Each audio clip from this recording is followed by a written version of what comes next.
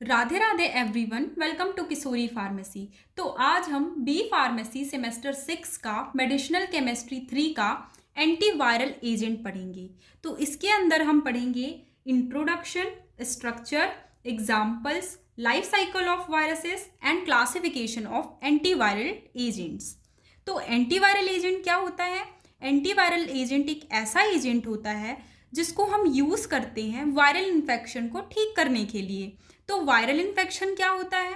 Viral infection जैसे कोविड-19 हो गया, येलो फीवर हो गया, HIV वायरस हो गया, हेपेटाइटिस हो गया और फ्लू हो गया, ये इसके एग्जाम्पल्स हैं। तो वायरस क्या होता है? वायरस एक ऑब्लिगेट इंट्रासेल्युलर पैरासाइट है। मतलब जो वायरस है ये इनएक्टिव फॉर्म में होता है, ये तब तक जिंदा नहीं रहता है, तब तक कोई अपना एक्शन नहीं दिखाता जब तक वो बाहर रहता है। जैसे ही उसे होस्ट सेल मिलता है तो वो एक्टिव फॉर्म में हो जाता है, वो लाइविंग हो जाता है, मतलब जिंदा हो जाता है। ये एक पैरासाइट है, मतलब ये एक डिसीज को कॉज करता है, जो कि सबसे छोटे माइक्रोब्स होते हैं जो रेप्लिकेट करते हैं। They invade the host cell which may be bacteria, animal, plant cells. ये अपना होस्ट सेल किसको बनाते हैं? जैसे बैक्टीरिया हो गया, एनिमल हो गया, प्लांट सेल हो गया। तो स्ट्रक्चर ऑफ वायरसेस कैसा होगा? तो जो वायरस है, वायरस के अंदर एक इन्वेलप होता है, वायरल जीनोम होता है। वायरल जीनोम में या तो वो DNA होगा या तो वो RNA होगा। उसके बाद आता है न्यूक्लियोकैप्सिड, उसके बाद आता है वायरल टेग्यूमेन। तो जो वायरस है इट कंसिस्ट वन और मोर हेलिकल स्ट्रैंड्स DNA और RNA। यहाँ पे ये बताया जा रहा है कि जो वायरस है, वायरस के अंदर या तो DNA होगा या तो RNA होगा, दोनों कभी भी वायरस के अंदर नहीं पाए जाते हैं। Enclosed in the cell of protein known as capsid. ये जो वायरस है, ये वायरस का जो सेल होता है वो प्रोटीन से भरा हुआ होता है, जिसको हम कैप्सिड बोलते हैं। The capsid is composed of several सब यूनिट्स नोन एज कैप्सोमस। जो कैप्सिड होता है, कैप्सिड के अंदर बहुत सारे सब यूनिट्स होते हैं जिसको हम कैप्सोमस बोलते हैं। तो अब हम पढ़ेंगे लाइफ साइकिल ऑफ वायरसेस। मतलब जो वायरस है वो कैसे रेप्लिकेट कर रहा है, कैसे अपने ही जैसे वायरस को बना रहा है। तो जो पहला स्टेप है वो है होस्ट सेल के अंदर जाना। जब तक जो वायरस होता है वो एनवायरनमेंट में रहता है तब तक वो इनएक्टिव होता है, मतलब उसके अंदर कोई भी जान नहीं होता है। जैसे ही वो होस्ट सेल के अंदर आता है तो वो एक्टिव हो जाता है, मतलब वो जिंदा हो जाता है। जैसे ही जो वायरस है वो होस्ट सेल में आएगा, होस्ट सेल में आने के बाद वो जिंदा हो जाएगा। जब वो जिंदा हो जाएगा तो वो क्या करेगा? होस्ट सेल से अटैचमेंट करेगा। अटैचमेंट के बाद वो पेनिट्रेशन करेगा, मतलब उसमें होल करेगा। उसके बाद अनकोटिंग करेगा। अनकोटिंग मतलब DNA या फिर RNA, दोनों में से एक कोई वो रिलीज करेगा। जब यहाँ पे RNA रिलीज हो जाएगा तो यहाँ पे ट्रांसक्रिप्शन होगा। ट्रांसक्रिप्शन के बाद ट्रांसलेशन होगा। ट्रांसलेशन के बाद असेंबली होगी। असेंबली के बाद रिलीज हो जाएगा। तो चलिए हम वन बाय वन सारे स्टेप्स को समझते हैं। तो जैसे ही जो वायरस है वो होस्ट सेल के अंदर आएगा तो होस्ट सेल से अटैचमेंट करेगा। अटैचमेंट मतलब जो होस्ट सेल है, होस्ट सेल से वो जो वायरस है वो जुड़ जाएगा। जुड़ने के बाद वो क्या करेगा? वहाँ पे पेनिट्रेशन करेगा। पेनिट्रेशन मतलब क्या होता है? जो वायरस है वो होल करेगा होस्ट सेल में, होस्ट सेल में होल करके वो बॉडी के अंदर चला जाएगा। फिर उसके बाद अनकोटिंग करेगा। अनकोटिंग मतलब क्या होता है? वो अपना जेनेटिक मटेरियल जैसे कि DNA या फिर RNA, दोनों में से एक को रिलीज करेगा होस्ट सेल के अंदर। उसके बाद आता है ट्रांसक्रिप्शन। तो ट्रांसक्रिप्शन में क्या होता है? यहाँ पे जो वायरल जीनोम है, वायरल जीनोम जैसे RNA है, RNA से वो मैसेंजर RNA को बनाता है। जैसे ही मैसेंजर RNA बनेगा तो यहाँ पे ट्रांसलेशन प्रोसेस स्टार्ट हो जाता है। तो ट्रांसलेशन प्रोसेस में क्या होता है? जो वायरल जीनोम होता है वो एंटर करता है साइटोप्लाज्म और न्यूक्लियोप्लाज्म के अंदर। जैसे ही वो साइटोप्लाज्म और न्यूक्लियोप्लाज्म के अंदर एंटर करेगा तो जो वो होस्ट सेल होता है, होस्ट सेल के अंदर जो न्यूक्लिक एसिड होता है उसको यूज़ कर लेता है न्यू वायरल प्रोटीन बनाने के लिए। जैसे ही जो न्यू वायरल प्रोटीन बनेगा तो यहाँ पे क्या होगा? ज़्यादा अमाउंट पे वायरल जीनोम रिलीज होने लगेगा, मतलब RNA या फिर DNA रिलीज होने लगेगा। जैसे ही यहाँ पे जो वायरल जीनोम है वो ज़्यादा अमाउंट में रिलीज होने लगेगा तो यहाँ पे असेंबली करने लगता है। तो असेंबली में क्या होता है, जो न्यू वायरल कोट प्रोटीन है वो यहाँ पे असेंबल हो जाता है, जुड़ जाता है कैप्सिड और वायरल जीनोम के साथ। तो रिलीज में क्या होता है, रिलीज में जो मैच्योर वायरस है वो जब वो बन जाएगा तो बनने के बाद क्या होगा, वो जो सेल होता है सेल को रप्चर करके खराब करके वो क्या करता है, अपने आप को उस होस्ट सेल से बाहर निकालता है। जैसे ही वो होस्ट सेल से बाहर निकलेगा तो वो एक मैच्योर वायरस बन के निकलेगा। फिर यहाँ पे फिर सब कुछ सेम प्रोसेस स्टार्ट हो जाएगा।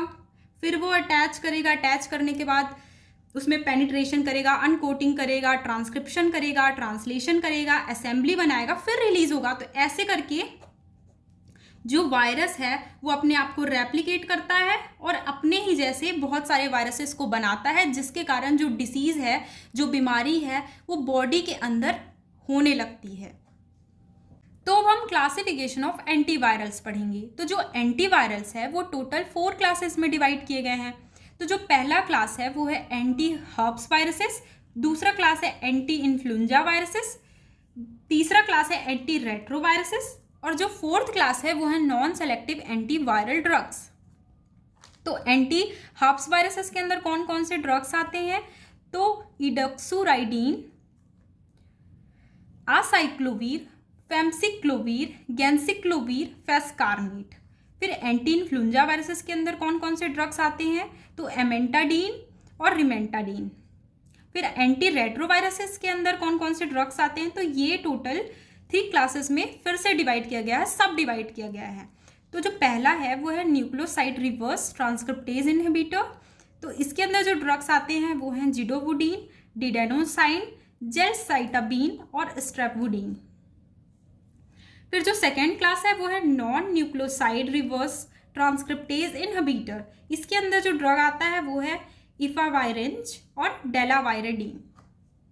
तो जो एंटी रेट्रोवायरस का जो थर्ड सब डिवीज़न है वो है प्रोटीज इनहिबिटर। तो इसके अंदर कौन कौन से ड्रग्स आते हैं, तो पहला है इडिनावीर, नेल्फिनावीर, स्क्विनावीर और एम्प्रीनावीर और जो लास्ट है वो है लोपिनावीर।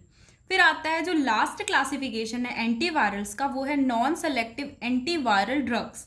तो इसके अंदर कौन कौन से ड्रग्स आते हैं, तो इसके अंदर आता है रिबावायरिन, लेमिविडीन। तो एमेंटाडीन हाइड्रोक्लोरिक एसिड को हम कैसे बनाएंगे, तो यहाँ पे हम एक बेंजीन रिंग लेंगे, बेंजीन रिंग से हम अटैच करेंगे चेयर स्ट्रक्चर को।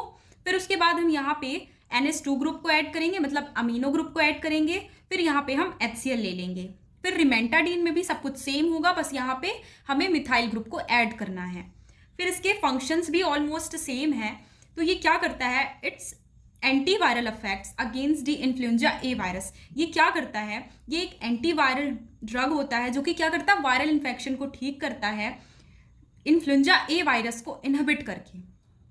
इट इनहिबिट वायरल रेप्लिकेशन, ये इनहिबिट करता है वायरल के रेप्लिकेशन को by causing interfering with the influenza A virus. ये इनहिबिट करता है वायरल के रेप्लिकेशन प्रोसेस को। यहाँ पे क्या होता है, जो इन्फ्लुएंजा ए वायरस होता है जो वो प्रोटीन रिलीज करता है, उस प्रोटीन को यहाँ पे इनहिबिट कर दिया जाता है, जिसके कारण जो वायरस का ग्रोथ होने वाला प्रोसेस होता है वो यहाँ पे रुक जाता है। It is used in the treatment of respiratory tract infection.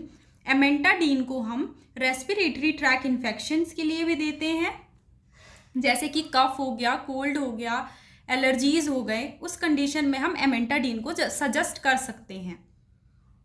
तो आसाइक्लोवीर एक प्रोड्रग है। तो इसका हम स्ट्रक्चर कैसे बनाएंगे, तो यहाँ पे हम एडिनाइन रिंग बनाएंगे। एडिनाइन रिंग के बाद हम यहाँ पे 7th पोजीशन में prop 2 ऑक्सी 1N ऑल लगाएंगे। यहाँ पे हमें आसाइक्लोवीर का स्ट्रक्चर मिल जाएगा। तो इसका मैकेनिज्म ऑफ एक्शन कैसा है, ये कैसे इनहिबिट करता है हर्ब्स के वायरसेस को, तो यहाँ पे क्या होता है, जब हम आसाइक्लोवीर को बॉडी के अंदर देंगे तो क्या होगा, जो थायमाइडीन काइनेज होता है, थायमाइडीन काइनेज के हेल्प से ये आसाइक्लोवीर मोनोफॉस्फेट में कन्वर्ट हो जाएगा और ये एक एक्टिव फॉर्म होता है। उसके बाद ये गाइनेलेट काइनेज के थ्रू आसाइक्लोवीर डाइफॉस्फेट में कन्वर्ट होता है। उसके बाद पाइरोवेट काइनेज के थ्रू आसाइक्लोवीर ट्राइफॉस्फेट पे कन्वर्ट होगा। फिर ये फर्दर टू वेज में ये कन्वर्ट हो जाएगा। तो पहला है इनहिबिट वायरल डीएनए पॉलीमरेज, दूसरा है चेन टर्मिनेशन। तो यहाँ पे जब ये दोनों जुड़ेंगे तो ये डिक्रीज करते हैं डीएनए के सिंथेसिस को और डिक्रीज करते हैं रेप्लिकेशन और ग्रोथ ऑफ वायरसेस की। तो अब हम आसाइक्लोवीर का सिंथेसिस देखेंगे। तो यहाँ पे हम क्या करेंगे, 2 अमीनो प्यूरिन 6 ओन को लेंगे, उसे हम ट्रीट करवाएंगे 2 क्लोरो इथॉक्सी इथाइल बेंजोएट के साथ, तो हमें एक इंटरमीडिएट रिएक्शन मिलेगा। उसके बाद हम सोडियम बेंजोएट और सोडियम हाइड्रोक्साइड के साथ इसको ट्रीट करवाएंगे, तो हमें आसाइक्लोवीर मिल जाएगा। तो आसाइक्लोवीर के कौन कौन से यूजेस हैं? It is a drug of a choice in both prophylaxis and treatment of herbs simplex viruses. तो ये क्या है? ये ड्रग है जो कि हर्ब्स सिम्प्लेक्स वायरस को ठीक करता है। इसका ट्रीटमेंट हम हर्ब्स जॉस्टर के लिए भी करते हैं। तो हर्ब्स जॉस्टर क्या होता है? ये पेनफुल रैसेस जब बॉडी में आने लगते हैं तो उस कंडीशन को हम हर्ब्स जॉस्टर कहते हैं। फिर आता है ट्रीटमेंट ऑफ चिकन पॉक्स। इसे चिकन पॉक्स के भी ट्रीटमेंट के लिए यूज़ किया जाता है। तो अब हम जिडोवुडीन ड्रग को पढ़ेंगे। तो जिडोवुडीन ड्रग एंटी रेट्रोवायरस क्लास के अंदर आता है। तो हम जिडोवुडीन ड्रग का स्ट्रक्चर पढ़ेंगे। तो स्ट्रक्चर कैसा होगा यहाँ पे? तो हम एक पायरिडीन रिंग बनाएंगे, उसमें हम ऑक्सो ग्रुप ऐड करेंगे, मिथाइल ग्रुप ऐड करेंगे, फ्यूरन का स्ट्रक्चर बनाएंगे। फ्यूरन का स्ट्रक्चर बनाने के बाद हम यहाँ पे नाइट्रोजन के 3 एटम्स लेंगे जो कि डबल बॉन्ड से जुड़े हुए होते हैं। फिर इसका मैकेनिज्म ऑफ एक्शन कैसा होगा? तो ये इनहिबिट करता है रिवर्स ट्रांसक्रिप्शन एंजाइम को। It is used in combination with other anti retroviruses agent for the treatment of HIV infections. तो ये क्या करता है? ये HIV इन्फेक्शन को ठीक करने के लिए मेजरली यूज़ किया जाता है। तो HIV इन्फेक्शन जैसे एड्स हो गया, तो उसके ट्रीटमेंट के लिए हम जिडोवुडीन को सजेस्ट कर सकते हैं। It is also useful as anti-infective agents, metabolites, anti-neoplastics, and as reverse transcriptors inhibitors। तो इसका हम यूज़ कहाँ कहाँ पे कर सकते हैं? एंटी इन्फेक्टिव एजेंट है, मतलब ये एक एंटी इन्फेक्टिव एजेंट है जो इन्फेक्शंस को ठीक करता है, जैसे कि एंटी मेटाबोलाइट्स। तो एंटी मेटाबोलाइट्स एक ऐसी कंडीशन होती है जिसमें जो कैंसर सेल्स होते हैं उसका जो रेप्लिकेशन का प्रोसेस होता है उसको यहाँ पे इनहिबिट कर दिया जाता है। एंटी न्यूप्लास्टिक मतलब होता है कैंसर्स की प्रॉब्लम्स को ठीक करता है, और रिवर्स ट्रांसक्रिप्टेज इनहिबिटर है। तो अब हम देखेंगे डिडेनोसाइन का स्ट्रक्चर। तो डिडेनोसाइन का स्ट्रक्चर हम ऐसे बनाएंगे, उसके बाद हम इसका मैकेनिज्म ऑफ एक्शन देखेंगे। तो इसका मैकेनिज्म ऑफ एक्शन क्या होगा? प्यूरिन न्यूक्लियोसाइड एनालॉग और रिवर्स ट्रांसक्रिप्टेज का ये इनहिबिट करता है। मतलब जो प्यूरिन न्यूक्लियोसाइड एनालॉग है और रिवर्स ट्रांसक्रिप्टेज है, इसको ये इनहिबिट करता है, उसके ग्रोथ को रोकता है। So thank you everyone for watching Kishori pharmacy. Radhe Radhe.